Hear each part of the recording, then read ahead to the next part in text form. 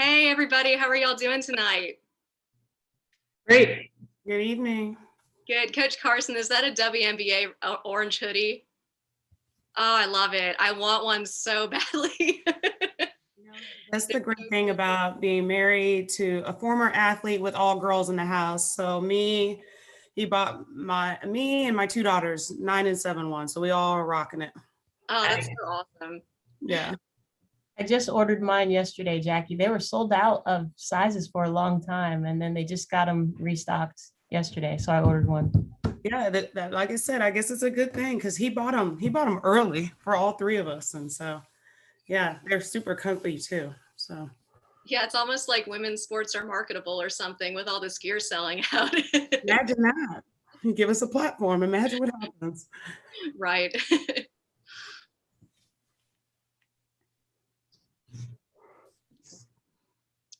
Oh, hang on just a second. My boss is calling me.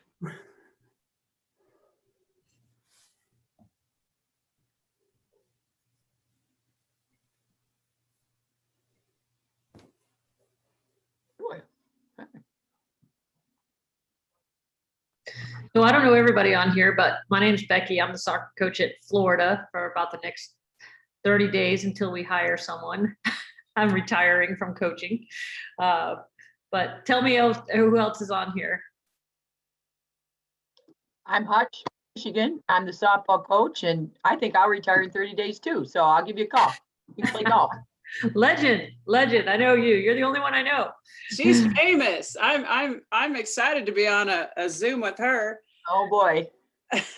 You and me both. You be. I'm Stephanie Norman. I'm the associate head coach at the University of Louisville women's basketball. Oh wow. Awesome. I'm Jackie Carson. I'm the head coach at Furman and women's basketball. All right. I'm Marin Mccrary. I know who Becky is, so she's pretty famous. Marin. Yeah, hi Becky. I'm the assistant coach at Metro State University in Denver for soccer. Nice. And I am Sharmon Smith, the head coach at Cal for women's basketball. Katie, you're the only one left. Yeah, I'm sorry. I was trying to get some Facebook settings fixed, but yeah, my name is Katie Lever. I'm a former Division I athlete and a current doctoral student at the University of Texas, where I study NCAA discourse, and I'm also a freelance sports writer for LRTsports.com.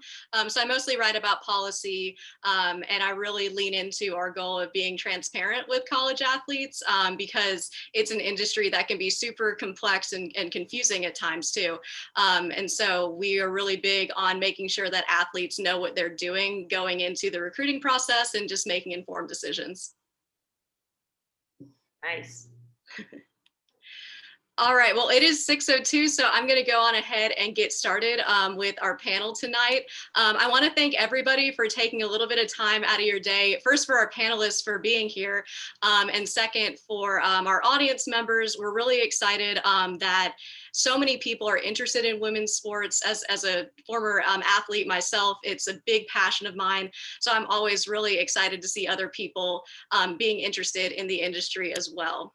So like I said, I am a freelance sports writer for LRTsports.com. We are really big on our goal of being transparent with college athletes and providing them a lens into the industry so they can make informed decisions. And a part of that is hosting events like this where we can talk to literal experts in the industry. And I want to give a quick shout out to my coworkers, Jordan Alkin and Ian Brown, who came to me a couple weeks ago with this idea, and we talked it over, and I was just like, man, what a fantastic idea.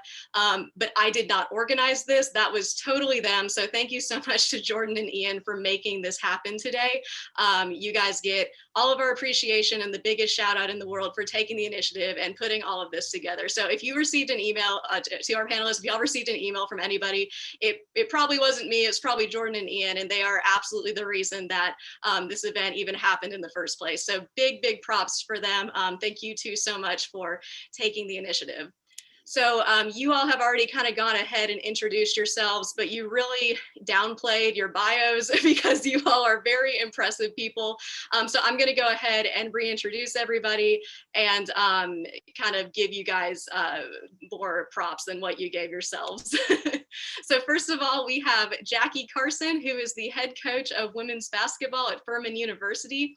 Inducted into the university's Athletic Hall of Fame as a Paladin basketball player herself, Jackie Carson later returned to her alma mater to rebuild the women's basketball program as a head coach. Now, 11 seasons later, the team is on the up and up, finishing up with a winning record. But more than play on the court, Carson emphasizes character and individuality by always reminding players of her personal motto, be distinct. She has been the Paladins head coach since 2010 and has led Furman to multiple WNIT appearances and a Southern Conference Championship appearance in 2019. Before returning to Greensville to take over at her alma mater, Carson spent 5 seasons at James Madison, the final 2 as an associate head coach. During her time with the Dukes, the program went 125-40, including a 74-16 record in conference play. Her winning reputation is undeniable, and we are so glad to welcome her this evening. Up next, we have Sharmon Smith, who is the head coach of women's basketball at the University of California at Berkeley. Coach Smith is becoming a household name for this program, formerly a star player on the Stanford basketball team. Smith then continued her athletic career in the ABL and the WNBA. She then transitioned to coaching at Boston College and Stanford before heading back to Berkeley. Her coaching career at Cal started in 2007 as an assistant coach for 12 seasons before she was officially named the team's head coach. Since her arrival, the team has made 9 trips to the NCAA tournament, set many new school records, and claimed upset victories over many high-ranking opponents. More than victories on the court, Smith carries the title of Cal's first Black women's basketball head coach with the utmost pride and responsibility as she continues to promote racial justice. Up next, we have Marin Mccrary. She is a volunteer assistant coach of women's soccer at Metropolitan State University of Denver, a 3-time All-American forward for Brigham Young, who went on to be inducted into the school's Hall of Fame. Mccrary then transitioned to play soccer at a higher level in the nation's first professional league. In addition to soccer, she was also a handball player for the national team, competing in a number of Pan Am championships and earning 15 caps. She also held top positions as an Olympic Development Program Regional Director and a U.S. Soccer Youth National Team Scout, acquiring a wealth of knowledge for the game of soccer as both a player and a coach. Most recently, she left her head coaching position at the College of St. Mary in Nebraska to move back to Colorado. As a current volunteer assistant head coach at Metropolitan State in Denver, she hopes to continue her positive impact in the world of women's soccer. Up next is another head soccer coach, Becky Burley, who is the head coach of women's soccer at the University of Florida. The team's one and only head coach, Becky Burley, epitomizes Florida Gator soccer. Some even refer to her as the president of Team Florida. Since 1994, when the team was first inaugurated, she has written an unprecedented legacy into the history books, amassing 22 NCAA championship berths, 12 SEC tournament titles, and a record 507 wins. After 26 successful seasons, she is officially retiring, leaving a program she has built as one of the best in the nation. In reflecting on the Coach Becky era, Florida Athletic Director Jeremy Foley told ESPN, she was a winner before we hired her, a winner when she got here, and a winner as a person. Up next, we have Carol Hutchins, the head coach of women's softball at the University of Michigan, whose reputation precedes her, but let's go on ahead and give her some more props. As a head coach of the Wolverines for the past 37 seasons, the team has never suffered a losing record under Coach Hutchins. Her current career record is 1,631 wins, 525 losses, and 5 ties. Over the past 3 decades, Coach Hutchins, or Hutch, has set a number of school records and firsts, as well as coached a number of players who went on to play at international and professional levels. The 2005 Michigan softball season still stands as one of the greatest in program history. The Wolverines won a record 65 games, including a 32-game win streak over the course of 47 days on the way to their first national championship in Michigan history. Hutchins has also coached on the national level, having served as the head coach of the elite team at the 2005 Canada Cup and as an assistant coach for the national team at the 2005 Japan Cup. She is an icon of Michigan softball and a passionate believer of the importance of women coaching women in college sports. And finally, we have Stephanie Norman. She's an associate head coach of women's basketball at the University of Louisville. And since 2007, she has been a part of this program. A Florence, Oregon native and a 1989 graduate from Arizona State, she began as an assistant coach in 2007 and rose to become an associate head coach in 2012. She was named the 2020-21 WBCA Assistant Coach of the Year and has been with Louisville for 10 Sweet 16 appearances, 6 Elite 8 appearances, 3 Final Four appearances, and 2 national championship appearances. The Cardinals have won at least 26 games each season since the 2017 through 2018 season, going 26-4 most recently during the 2020 through 21 season. Norman has also coached at Vanderbilt, Oregon State, Oregon, and was a graduate assistant at Hawaii before ultimately joining the Cardinals staff. She is also an accomplished recruiter, having brought in the #1 recruiting class in 2015, the #6 class in 2016, and the #4 class in 2017, after having 3 consecutive top 10 classes between 2009 and 2011. So like I said, we have an absolutely loaded panel of guests tonight. We are so excited to hear from you, and thank you all again so much for taking the time to talk with us this evening. So the way this is going to work, I'm just going to ask questions. I want this to be as conversational as possible. We're also going to open up the chat to questions and answers. And we're going to save that for the last 10 minutes of the panel. So feel free to check out those questions and answer them in the chat, or we can wait until the end when we open it up to everybody to answer. So with that being said, the theme of this panel is gender inequity in college sports. And unfortunately, that's definitely still a thing. We saw that in this past season's women's basketball championship. We saw it in volleyball as well, with some health and safety issues. And so the first question that I want to ask has to do with spending discrepancies at the university and athletic department level. So a 2017 NCAA report noted that at the D1 level, athletic departments are spending nearly twice as much on men's programs compared to women's, with the majority typically going to football. In addition, Division I FBS institutions spend more than twice as much on each male athlete than they do on each individual female athlete. So my question to the coaches is, how do spending disparities affect women's sports in your experiences in terms of the resources, facilities, and amenities available to your team?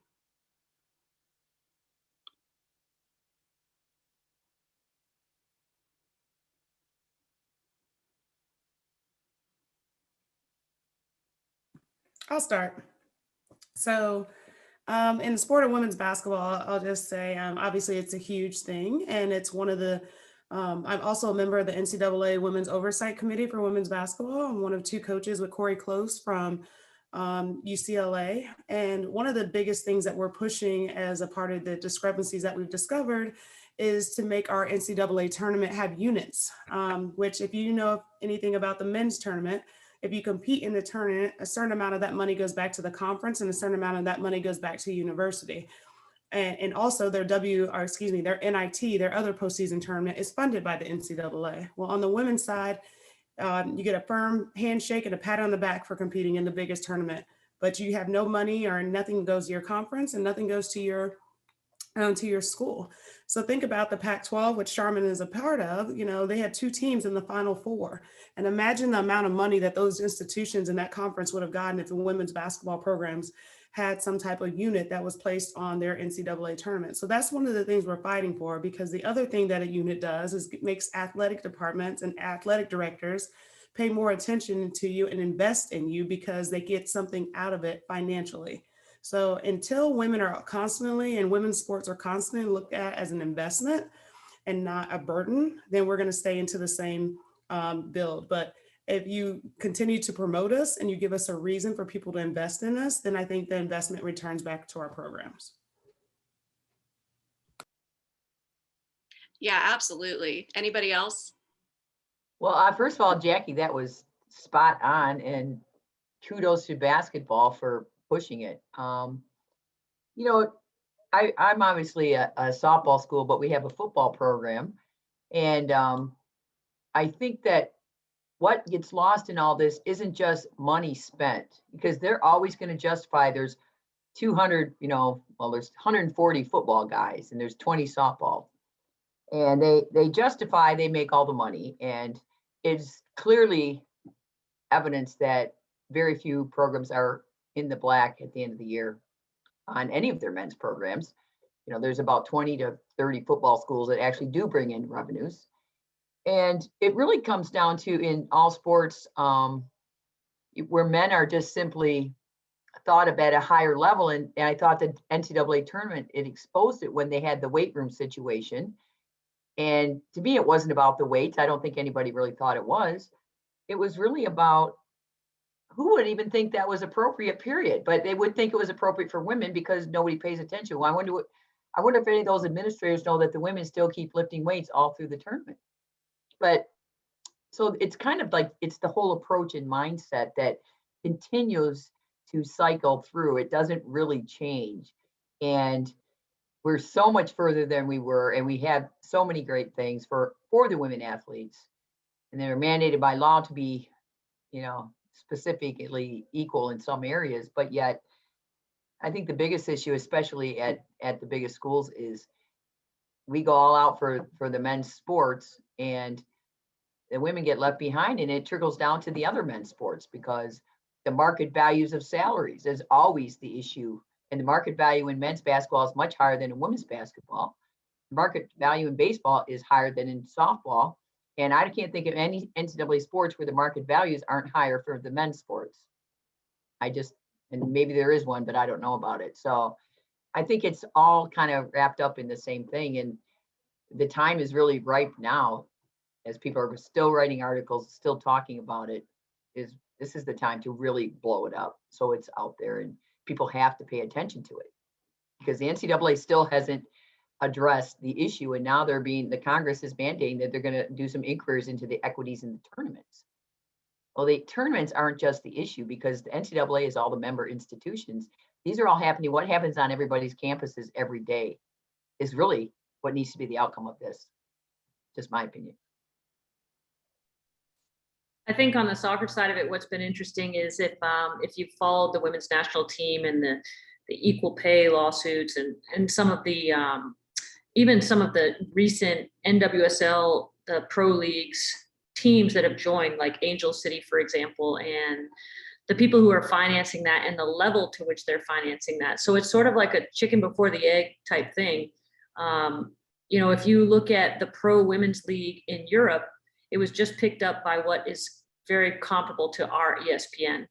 So that league, that professional women's league, will be playing on television just like the men's league is over there. And so now it'll be very interesting to see, with that type of exposure, where the marketing and the money and the dollars end up going, because right now, without the exposure, it's hard to get the marketing dollars, but with the exposure, that changes. So it's like the chicken or the egg, like which comes first? And I think the visibility of the women's sports, and, Hutch, to your point, I mean, softball is a great example. I mean, because of the exposure that softball has gotten on television and the placement it is in the calendar. I mean, I think I'm correct in saying that behind football and men's basketball, softball is the next highest exposure sport in the NCAA. Well, that doesn't happen without that TV and that window and all of that happening. Now the exposure is up, so softball is more popular.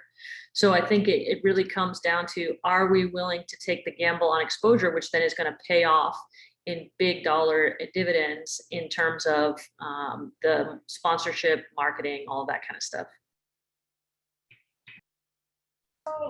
I think there are lots of stories out there and lots of opportunities for growth in all of women's sports, right? And because I'm a basketball coach, just speaking to women's basketball, when you look at the numbers of viewership for our championship, everything's increasing, right? That the numbers are going up, and there are opportunities for the branding, the marketing, all of that.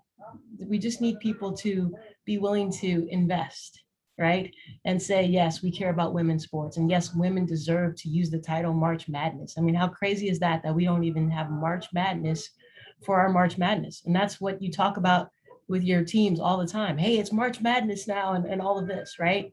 And so if they would look at, you know, the number of people following Paige Beckers right now and her social media and her potential for earnings and the storylines that existed in this particular NCAA tournament, there was plenty of room for people to make money off of women's basketball and to also grow the sport.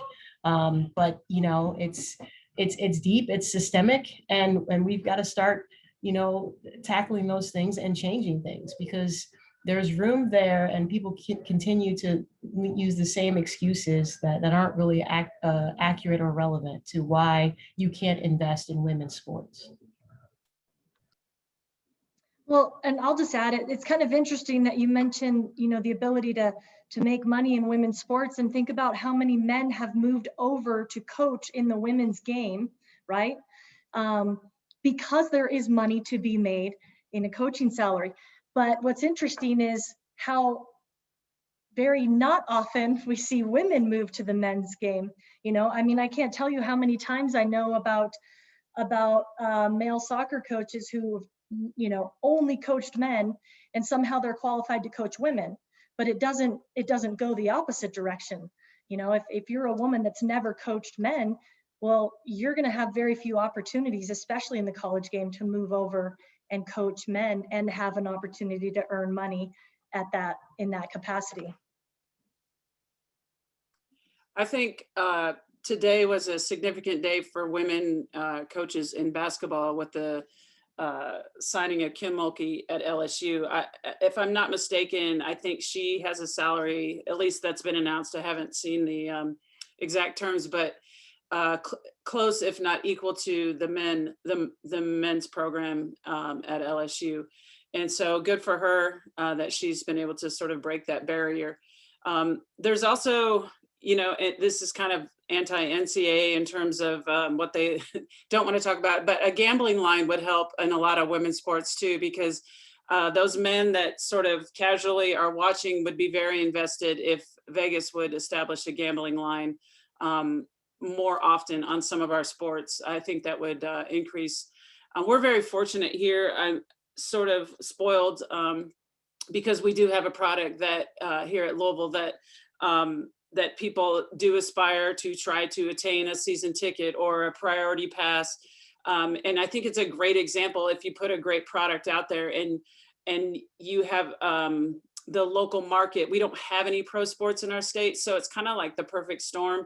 We took over this job 15 years ago and were able to go the first year to a Sweet 16, the next year to a Final Four, a national championship game. And it really just snowballed after that. And then all of a sudden, everybody sort of wanted to be associated with us in terms of, oh, I've got season tickets, or, oh, I'm going to watch, that sort of thing. So it has been on display that you can do well in terms of putting butts in the seats if your university is willing to market, if you live in a place that doesn't have competing sports for you. So we are very fortunate. We average close to 10,000 a game. Now that's not what the men average, and the price of their ticket is higher, much higher, and a donation level to get there. And I think that when we change that stigma of a value of us, we would then be able to charge more and attain that same sort of status.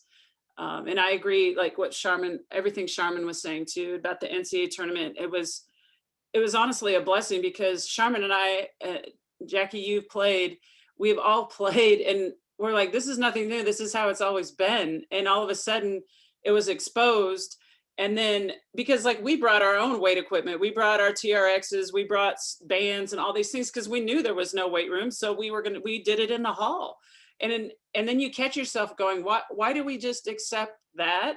But we really had no place to sort of vent. And having the student athletes expose it was just tremendous. And compounding what Sharmon said, why do we have to play on a home court of a university versus the men have an NCAA court that's signified with March Madness, and you knew it was the NCAA tournament? if you were a casual person just going through, you're like, why is there a women's basketball game at Texas San Antonio going on right now? Because the court wasn't labeled with anything. And you know, we could continue on those lines, but I know from living it here that there is value in what we do. And our games this year in the NCAA tournament were unbelievable, so competitive, so lots of drama. It was amazing. It was truly amazing. So I hope people saw the product for what it was and will start to jump on board. But we definitely, we need more men involved to help push that wagon forward. And it's possible. Our program is living proof that it can at least get the ball rolling. Yeah, as frustrating as it was to watch like Sedona Prince's TikTok and to listen and to read all of the articles about the women's tournament, and honestly, it was kind of a blessing in disguise because it really exposed these realities that we've all, you know, been very well acquainted with, that women just aren't as valued as men in sporting contexts. But women also have a lot of market potential. I mean, like you said, Coach Norman, the women's tournament this year was incredible. The energy was just super, super high. The athletes have massive social media followings. Coach Carson, your WNBA orange hoodie has been a bestseller ever since this past summer. So there's obvious market potential for women's sports. A common argument that I hear about, you know, funding and resourcing women's sports is they don't earn as much revenue as the men. But what a lot of people forget is that they also don't get as many marketing resources as the men, like we just talked about. So why do you think that is? And what do you think the market potential is for women's sports if they were adequately resourced?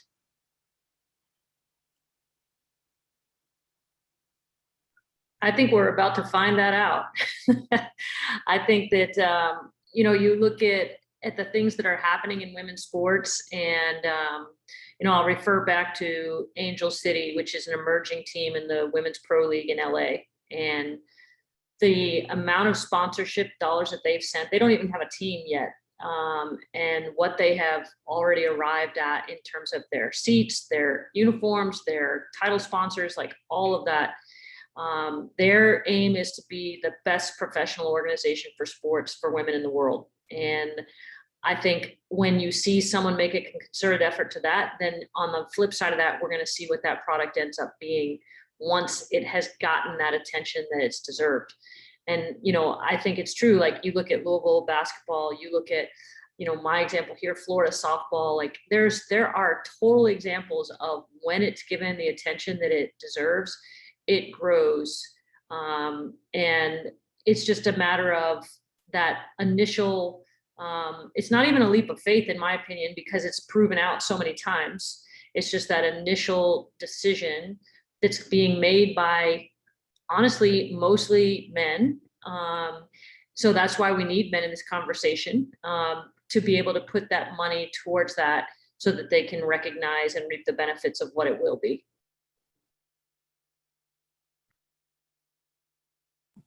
I think Coach Burley just hit it on the head. I was going to say, as much as we talk about in social injustice and racial injustice that you need allies, well, for this women's fight, we need allies, which are men, you know, and most of the higher positions are males, just like athletic directors. I think there's a question in the chat, how do we get more women in coaching? Well, you have to make it a priority amongst the men who are in leadership, and you got to get more female athletic directors, because people tend to hire kind of what they look like or who they hang around. So, but going back, you know, Stephanie made a great point, how great our women's tournament was this year. But I think the bigger factor is our women's tournament has been great for a number of years. Imagine if, you know, before this was the first year, we had 6 games on ABC and the rest of them were on ESPN, not ESPN Plus or 3, whatever the internet version of it. They were on TV and you had access to the women's game, you know. Again, going back to Stephanie's point, if you put a line on that game, I guarantee a lot of people are going to watch that game, and it's going to have more of an investment from allies, mostly men. And so I think the biggest thing is if you give us the opportunity to have a platform, people will see, and that's what's happening right now. The platform is much bigger. We have to take advantage of the moment so that more people can see how outstanding, again, women's sports are. I watch SEC gymnastics like I have a part of the team. I have, I watch the Women's World Series. Like I've seen Coach Hutt. I'm in awe right now because I've been watching Florida softball. Coach Burleigh, I'd chase around like a puppy. This because I'm outside of being a basketball coach, I enjoy watching women's sports. And until we get that platform where more people can see, unfortunately, we don't see Coach Burleigh anymore. She hangs up her hat after a well-deserved, but people should have seen, what Coach Burleigh has done for the sport of women's soccer. People should see what Coach Hutch has done, for softball. And I would love to see what Coach Mccrary does, but we don't see it. So give us a platform where we can be out in front of people and then they realize what kind of, athletes that we have. And then I think that takes care of itself. Yeah, and you're absolutely right about people seeing women's sports more and more. In fact, Coach Hutchins was recently interviewed by the Washington Post talking about some discrepancies between the Men's College World Series and the Women's College World Series, in spite of both tournaments garnering really similar viewership numbers. So Coach Hutchins, do you mind telling us a little bit more about that interview and what you talked about? Well, they didn't write about most of what I talked about because, I said it's not really about the tournament, but since you're asking me, baseball gets to play into the end of June, and we're all done by the very first week of June. Our start date in softball is February 7th or 14th, depending on the calendar year. And I don't know if you've never been to Michigan, we can't play softball here. And the 60 to 70% of the country has to travel. And we spend a lot of money, and we're kind of considered a money drain to most schools, which is, again, an issue. And we just talked about, so why did they got to move their season back about a little less than 10 years ago. The NCAA moved the baseball season back approximately 2 weeks. And softball said, why don't we go along? But we didn't have an advocate. We didn't have anybody who thought twice about it. And we talked about it ever since, but they don't want to spend any more money to keep us all on campuses, because largely schools get out early May, but they didn't have a problem. They didn't have that issue when they moved the men back. So it's just funny how they don't ever have the money if they decide they don't want to spend it. That's really what it comes down to, is how much do they value what we do and based on what the men are doing. And we shouldn't have to be compared to the men. What's the best thing for our sport? What's the best thing for our players and our student athletes? And in my mind, there shouldn't be a discrepancy in marketing. They should market everybody the same, and they should market some sports more than we don't need to market football. Why would we spend marketing on football? Everybody knows about football and everybody comes to football. If they spent more of those dollars, they could put a lot more butts and seats in our women's basketball arena. And our softball stadium, we sell out. We have 2,500 seats. We outdraw baseball by about 2,000 fans every time we play. And we have season ticket holders the whole bit. We need a bigger stadium. And the Women's College World Series has just added, they're up to 10,000 seats. And we do have higher ratings than men's baseball. What we don't have is sponsorship dollars that are attached to those ratings. So the NCAA is still not making as much money. And if they had a bigger stadium in Oklahoma City, I guarantee we could draw 22,000 people, just like a Ameritrade, just from the state of Oklahoma. I guarantee we could do that. So most of our venues are much smaller than their baseball counterparts. And then, in the SEC, and they draw well in softball, but I guarantee you, Tim Walton at Florida, his facility is much smaller than the baseball stadium. And I bet they pay him less because they say, well, this other guy makes more money for the university. And so everything kind of cycles back to, we don't fill the place because you don't market us, and we need better help in that area. So just my 4 cents worth, I guess. I'll just add in there, I think Coach Hutchins is right. It's a lot about marketing. So I just happened to be surfing the channels Saturday night, and I caught the women's volleyball national championship, University of Texas versus Kentucky. It was a phenomenal game. The venue was, it looked like it was filled to capacity. And I remember thinking, how did I not know that this national championship game was happening, you know, and I'm just luckily happened to be in the right place at the right time to catch it on ESPN, thank goodness. But yeah, I mean, I just think about how how some of the big sports are marketed, and volleyball is such an exciting sport. And, you know, I mean, I'm in the sports community, and just like Jackie, I watch these other sports, and I was just shocked that I didn't even know that it was happening. Well, and to tag on to that, you know, the NCAA women's soccer tournament starts tomorrow, and nobody knows because none of it's on television until the Final Four, and it hasn't really been marketed at all. And so you'd have to really stumble on that, because you're going to have to get out your iPad to find that. And Coach, to your point, I mean, you know, there's a statement in the chat about, you know, a marketing plan that takes time, and, you know, our game, you know, hasn't been around as long, but I've gone to watch women's basketball games, tournament games, and they're delayed because of cornhole. And I don't know how long cornhole, you know, I mean, it's just, we just need to do better, right? I don't know how long cornhole has been around, but, you know, when I go to turn on ESPN and I got to wait, right, for the cornhole tournament to finish, I don't think it speaks to, you know, where our game is or how long our game has been around. It speaks to the priorities of our society, and they need to be adjusted, and the investment needs to be there for women's sports. And we know sports, it's a microcosm of our whole life. Like this is what we're dealing with in the world, in every area, right? Not just in sport. And people are fighting for equal pay and opportunities all over the place. And the NCAA just happens to be no different. You know, David Stern stepped up 25 years ago and helped with, you know, We Got Next, and we have the WNBA, and there's been significant growth there, and that league is extremely important, right? And we want the women's professional soccer league. We want all of these things, and yeah, we deserve all of these things. We want them and we deserve them, and there needs to be an investment in those things. There's been a few questions in the chat, people asking about, you know, what they can do as marketers. And it seems to me that every athletic department would look at what type, since revenue is such a big thing and we have capacity to do it in many of our sports. So why wouldn't you put money into filling the seats? We have probably the nicest field hockey stadium in the country. It's a stadium. And we largely don't begin to put people in the seats. And again, it's not because people aren't interested in field hockey.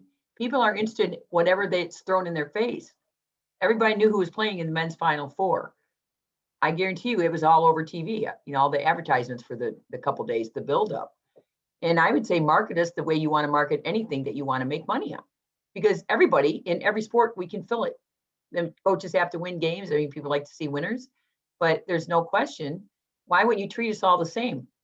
I might not need as much money as another sport, but until we're filled to capacity, that's where you would put your marketing dollars into so you can get some return on your investment.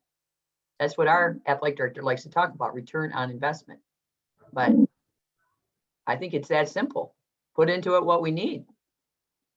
And just to give an example of how I think it works a lot of places, and maybe not for you, Stephanie, you know, you guys have had a tremendous amount of success, but a lot of times it's, well, football is occupying all of the marketing individuals and the interns and everyone that does all the busy work. Well, no, not till football season's over.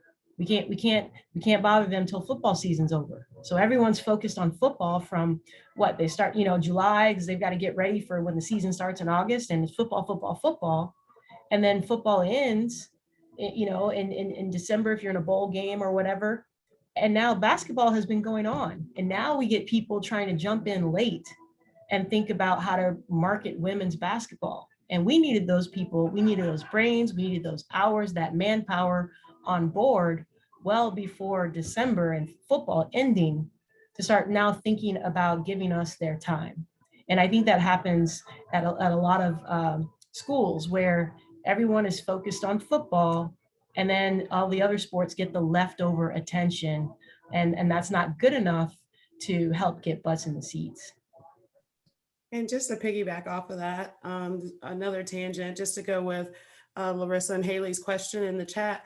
I mean, as a mid-major, we're constantly, I mean, if there's one department that's getting cut like crazy right now, it's sports information. So for the longest time, my sports information was doing baseball, football, and women's basketball. So who's not getting any attention? That would be women's basketball.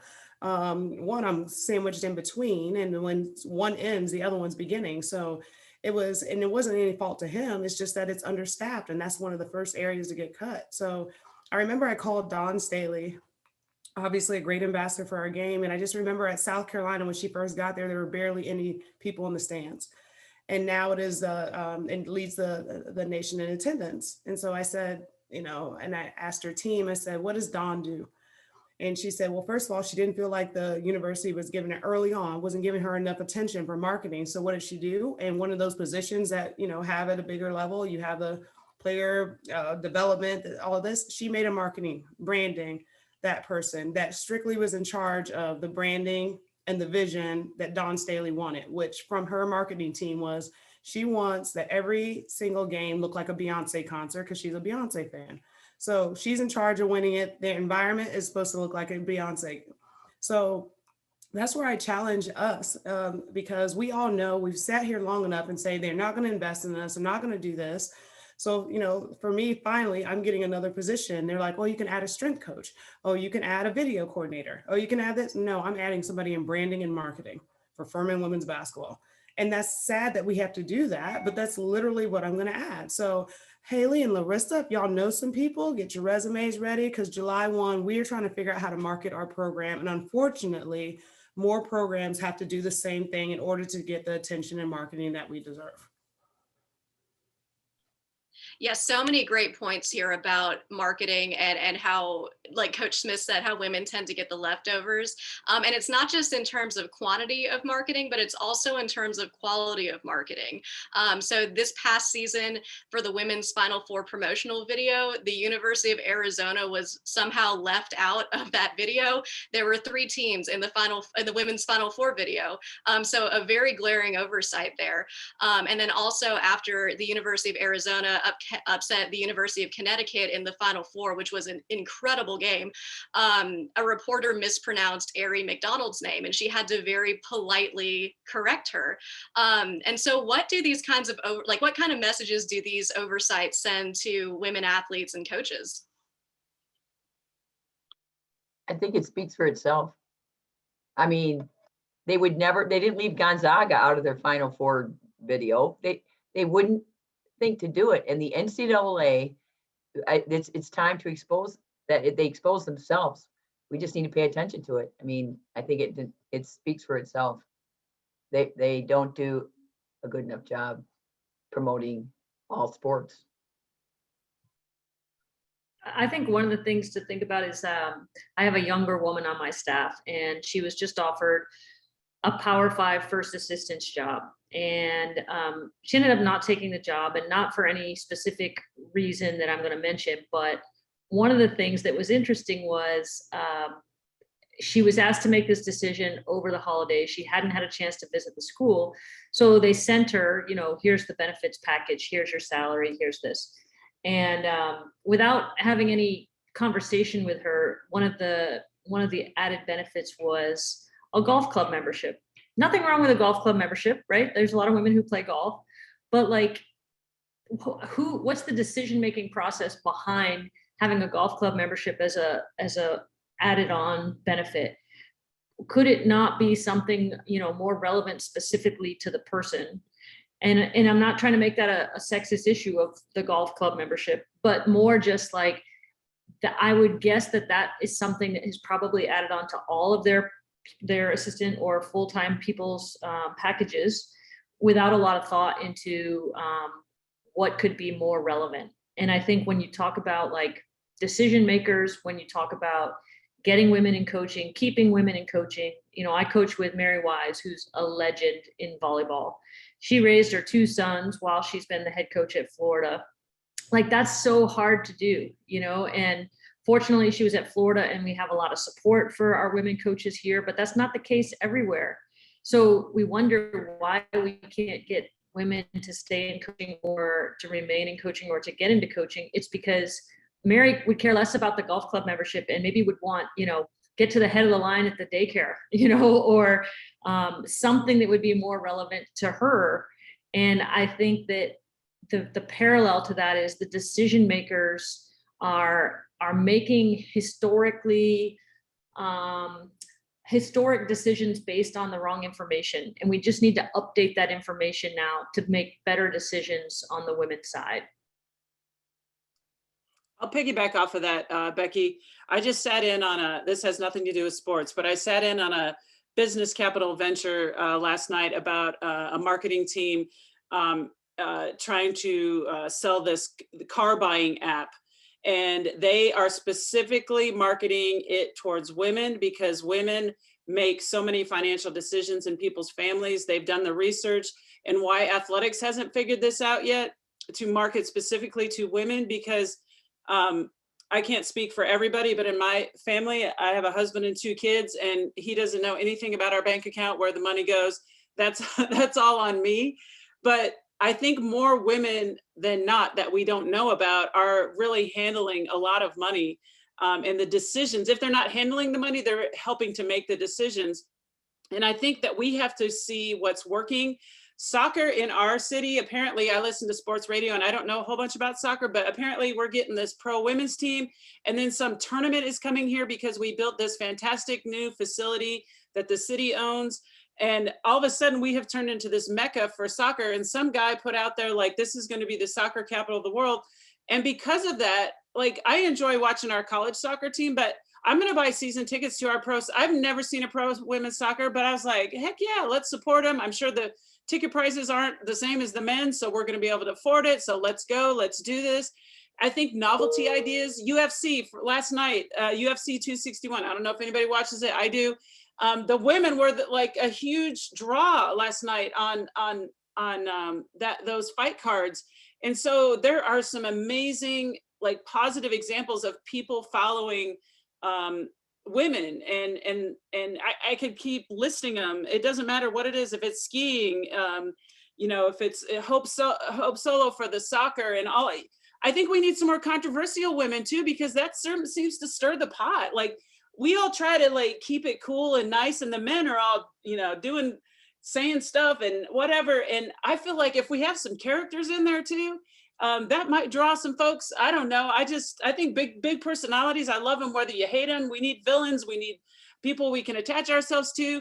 But, like, I get excited when I start talking about, like, the opportunities for us, because there's so much overhead that we can fill that gap. Whereas the men's are pretty tapped out. Like, you can't get much more out of football and men's basketball, but boy, there's a huge gap between all of our Olympic sports and our women's sports that we could, like, up the ante and let's go with it and rock it out and make this an exciting place. I don't know. I get excited when I see opportunities for growth. And I think on the women's side, it really can make a difference, just because this app that I am going to try to invest in is catered to women. The way they respond to you clicking a button is all about meeting women's needs. It's not about the men. And they say the market shows that the women are the ones purchasing the cars, and they don't want to go to the lot. They want to do everything online. So to me, some people are figuring it out. And to quickly just go to Stephanie's point, and we have to change the narrative, because how much publicity did Adia get for dropping an F-bomb in a huddle?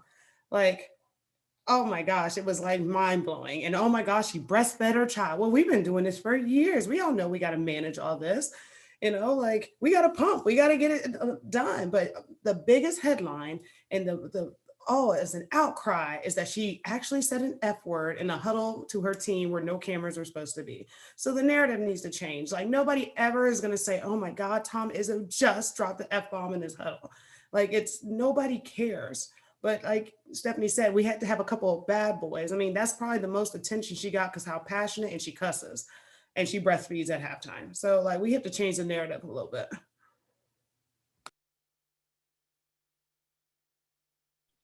Yeah, I think one of my favorite moments in the women's tournament was at halftime when Holly Rowe was explaining to people that Adia Barnes came out of the locker room late because she was breastfeeding. And Holly Rowe basically said, you know, if this is too much information, then suck it up, you know, because this is what working moms have to do to make it work. And I was just like, oh, that's so awesome. And you would never hear that at a men's tournament.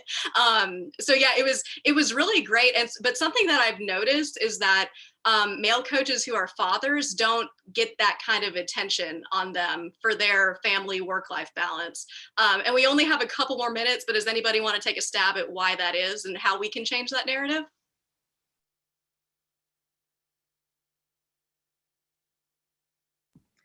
I don't know. I can hit on it. I'll go ahead, Mayor. I was just gonna quickly say, I think it relates back to what Becky was saying earlier. It's these historically based roles that we were all kind of placed into, right? That we just, even though we've all navigated out of those roles, both men and women, they're just, it's so stuck in tradition.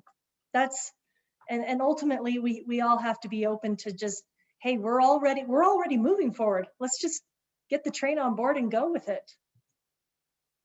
I think it's just because we wear our hats so well, to be honest. Like, nobody knows that all these women are super women. Like, my daughter was born in October. I had 1.5 weeks of maternity leave. That's what I have to do, you know, and I'm taking my pump on the plane to go recruiting. Like, it's just what we do. And that's how we've managed.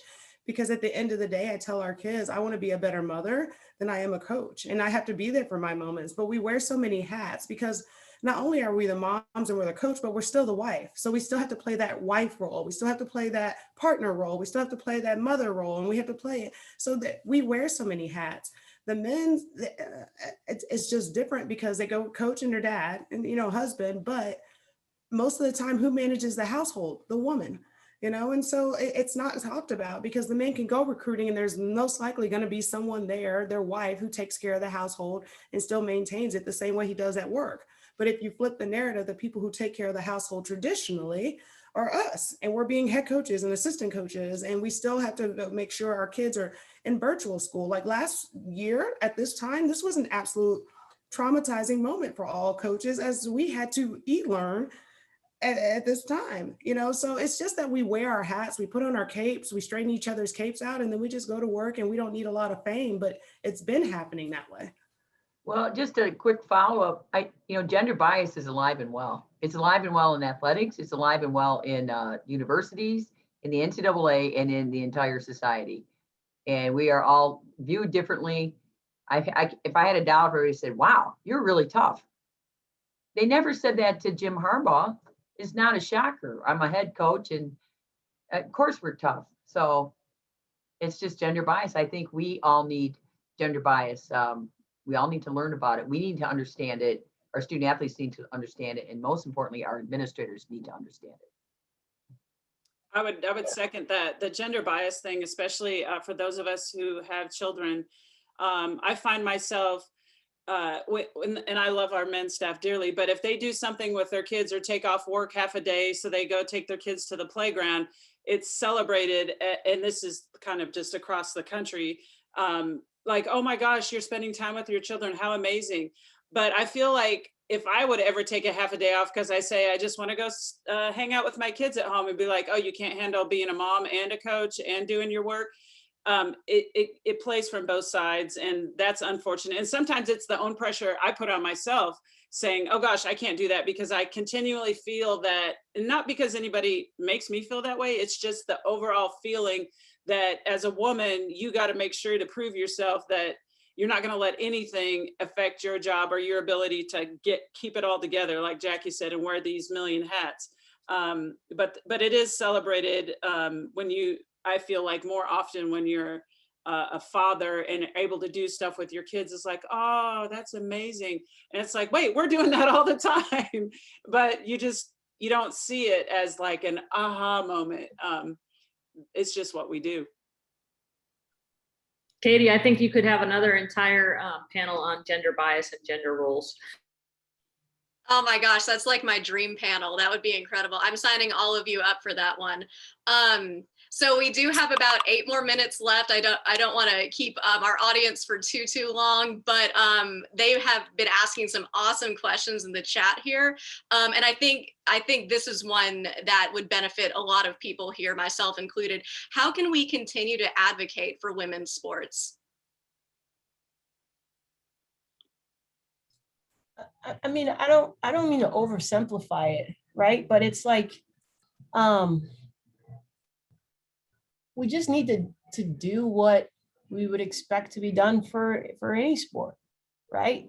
So, I mean, they knew that weight room was a joke. We've known that, you know, swag bags and those things aren't equal, and you know, it's just like, how long are we going to put up with it? So in order to advocate, then just like do the right thing, and don't continue to like perpetuate these stereotypes and these narratives that our game or women's sports are, you know, less than, right? I mean, that's oversimplifying it, but just treat sport as sport, and give women the respect that they deserve, the respect that we've earned. And I think it's really easy. And in circles, when people are allocating resources, speak up. Well, if we're giving that to men's, then what are we doing for the women, right? If we're giving that to baseball, what are we doing for softball? Like, just speak up and you know, be a part of what we know is the right thing to do. I think I could paraphrase Abby Wambach from the Wolfpack when she said, you can still be appreciative and want more and ask for more. And I think that's something we've got to do. Well, I think really we need that the things that do happen, we as coaches have to bring them forward, whether if that baseball team is being treated better than our softball team. And then it becomes an issue because athletic directors at some point don't like whining women. And we become whiny. The women are always whining about what they don't get. And then that's the narrative we got to get rid of. And we have to hold our administrations accountable. The NCAA is all about gender and equity and diversity and inclusion. And I say that's a nice buzzword and it looks really good on a hashtag, but where is it? We have less than 25% of the total NCAA population are women coaches, are coaches of all color. Absolutely, it's a joke. That whole diversity and inclusion, I kneel, I take a knee. I think it's a bunch of crap. They just want to talk about it. They want to look good. And it's time for them to, if we're going to be all about it, then we should all be all about it. It should be happening. Yeah, I had so many questions about hiring practices that we didn't get to today, but there is one in the chat from Hannah Lee, who is a current athlete playing college soccer, and her graduation is approaching. So she's considering becoming a coach, which is really, really cool because we need more women in coaching positions. So she's asking Coach Burleigh, how did you know that coaching was the right path, and what were your first steps to get you into your current position today? Well, Hannah, that's a really good question. I always knew I wanted to coach. I just had to convince my parents that it wasn't a hobby. And once I did that, I felt like I was on the right road. But I think the number one way to get into coaching is networking. And I don't think we really do a good job of explaining to our student athletes or to students in general what networking is. And I think it is finding ways to connect as much as possible. And even if that's at your own expense, to get the ball rolling. I referenced the younger woman that's on my staff right now. She left a full-time assistant's job at a school to come be a student manager at University of Florida so that she could be mentored by me and my staff in order to get a different experience than what she was having at the school she was at prior. That's a huge pay cut, a huge security cut. She left her spouse, didn't leave her spouse. She's not in the same state as her spouse. And so like to do that happens all the time on the men's side where they're willing to take those kind of risks to move up in their career. And I think on the women's side, it's a less likely path. She's now my director of ops and she wants to be an assistant coach. That's a really unusual path in our sport. But if you look at men's basketball, that's a very typical path. You know, throw in video coordinator and you got the whole step ladder. So I think it's being willing to really chase what you want and be very specific about it. She She came to several programs that I was a part of in order to get to know me. Then she made the ask to come onto our staff. We found a way to make it work. And now hopefully as I'm leaving, we'll be sending her out as the assistant coach somewhere in the Power 5.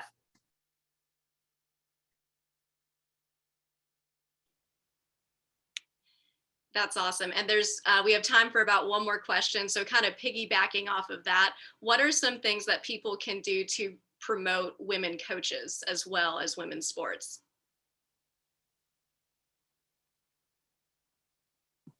I would say the biggest thing that we can do is talk about each other and talk about our successes. Promote each other. As the tide raises, all the boats raise. It's instead, we've had such limited opportunities. I can speak for basketball, especially as women of color. We've had such limited opportunities that sometimes we treat each other like crabs in a barrel. Like we're trying to step on each other because there's this one job that fits 20 of us trying to get in the door. But right now, as more opportunities, as we're demanding opportunities for not only women of color, but just women in general, help each other, pull each other, someone up with you, like if you're hiring, hire a female to help groom. In my director of ops position, I traditionally don't want a coach, but I want an administrator. I want somebody who's going to one day hire the coaches that, are coming through our game. So I say the biggest thing is just promote, talk about the strong females in your game and help the younger ones, just like the young lady who's trying to be a soccer assistant, help them come up the ranks with the networking that Coach Burleigh talked about. But we've got to promote each other because at the end of the day, there's not too many people who are doing it. And also walk in and demand the jobs. I remember reading a study where a majority of men will walk into a job and say, I'm not fully qualified for this position, but this is what I can do for you. And I'll do this, this, and this. And then in that same study, they say, oh, and a woman won't even apply for it because she doesn't feel like she checks all the boxes.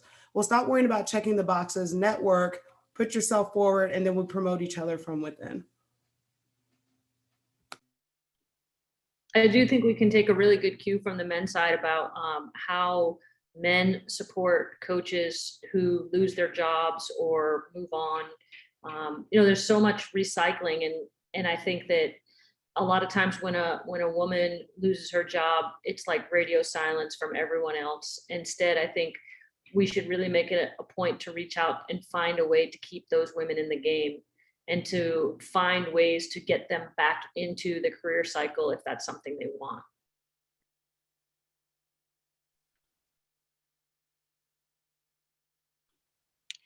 All right. I was just going to add one thing, and go for it. Piggyback on Jackie's comments. Hire women. I mean, we can promote women. We need to hire more women. Women need to hire women. ADs need to hire women. But until we all hire women, no, you can't expect the men to. Hire women. If you didn't hear anything else tonight, take those 2 words home. Hire women. Pay women, invest in women, all of the things. Hashtag. Hashtag hire women. Yes. Oh my gosh, let's get that going. All right. Well, this has been an absolutely phenomenal panel. Thank you so much to all of our guests. Thank you for our attendees so much. We appreciate you all so much for making this happen. And if you all want to keep up with the industry for more college sports updates and future events like these, be sure to follow LRT Sports on Twitter and Instagram. That handle is at LRT Sports. And you can follow me on those platforms as well if you want to follow my work with LRT. My handle is at Lever Fever because I went to high school at the height of Bieber fever and the nickname stuck. So thank you all so much again for coming out. Have a wonderful evening and we hope to see you at our future events.